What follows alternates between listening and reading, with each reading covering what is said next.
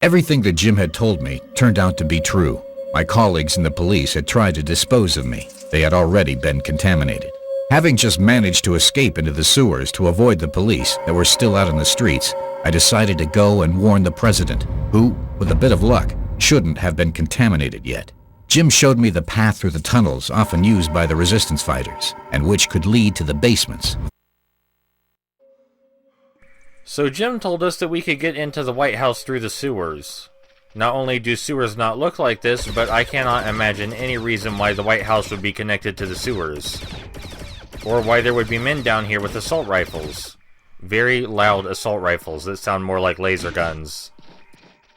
This is one of the easier levels in the game, in all honesty, because these guys do not attack very much. And when they do attack up close, it's usually just one or two very slow attacks. And the guns they drop are really useful, some of the most powerful guns in the game, as you just saw. Now, I'm not sure if they are the most powerful, but they are definitely a contender.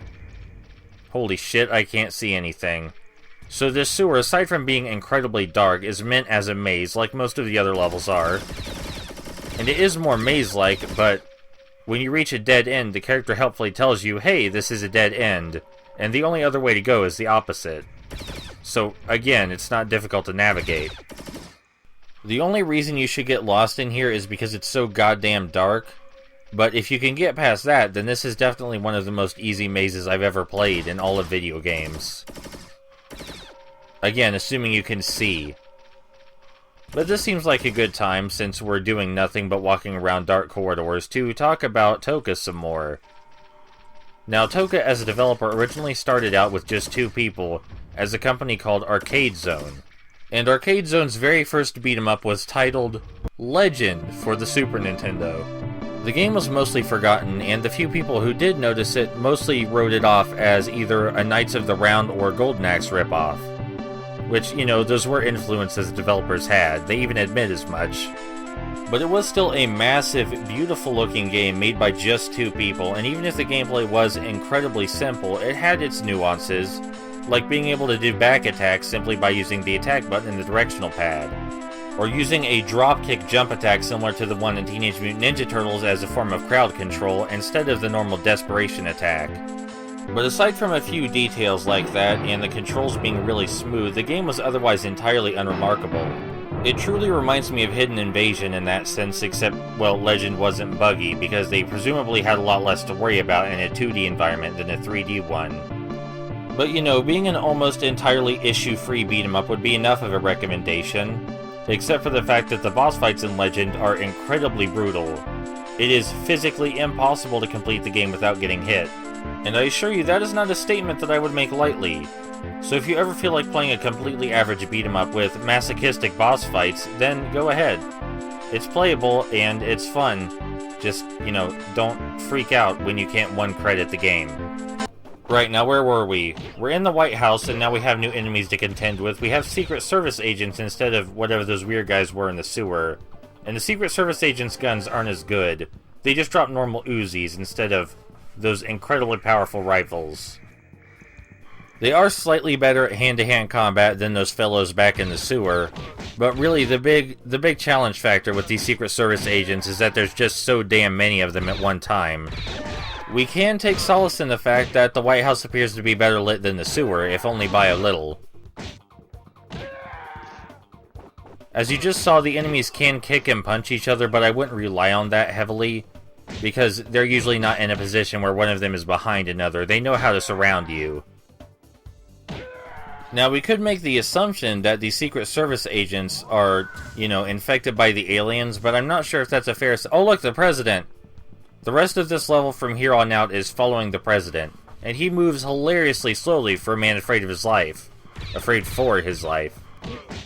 And you may have missed it in the opening cutscene because it is kind of easy to miss, but this is not the President of America, this is the President of the world. In the world of Hidden Invasion, there is a single world government.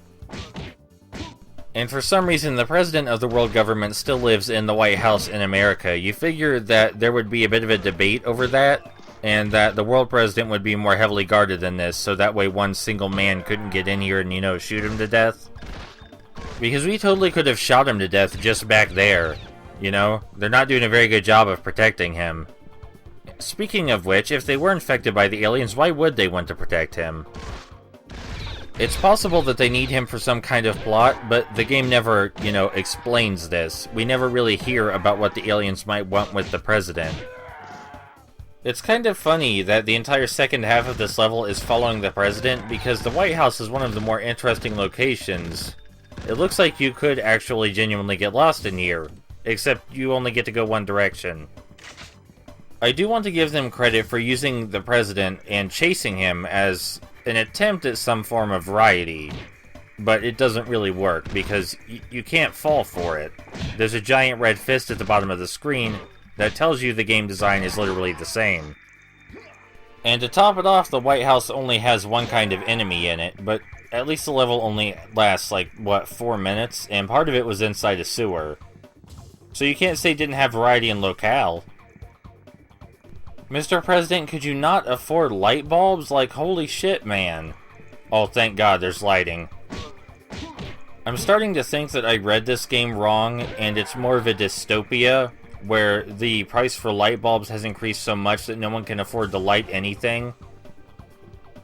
We can't chase the president through this wall, there's an invisible barrier.